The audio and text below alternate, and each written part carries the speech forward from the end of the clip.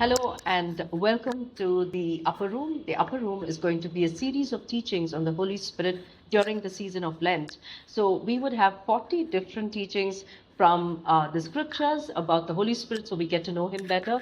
And also on Sundays, we will have a Zoom meeting where there will be discussions and deep teaching on the Holy Spirit. If you're interested in joining those teachings, please do register using the number on your screen.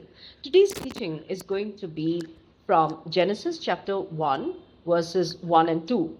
In the beginning, God created heaven and earth. The earth was without form, void, and darkness was over the face of the deep.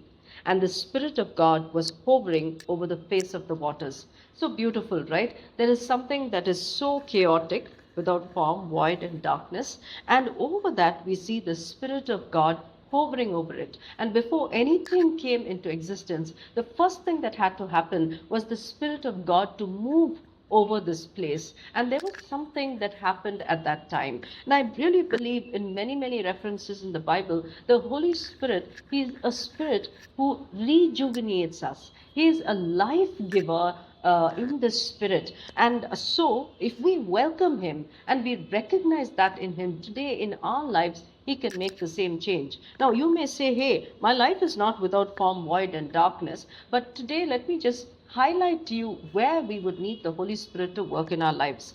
Now, what is without form in us? Everything we have form. But what is it that we don't have form? Many of us have many hidden things in our life which we're supposed to use for God, which we haven't used for God. Either you don't know how to use it for God, or you've not even recognized it as an area which you have to be using for God. And whatever you have not used for God, for me, if you ask me, it is still without form. It is still not fulfilled its purpose. So that is one area which you have to ask the Holy Spirit today. Lord, tell me what is without form in my life. Which is the area in my life that I have not allowed you to work in, so that that area in my life, that particular talent, that particular gift is not glorifying God. So that is one thing. Second, there is void. We all feel void. We feel void because of lack of love. We feel a spiritual void sometimes. We feel different kinds of void.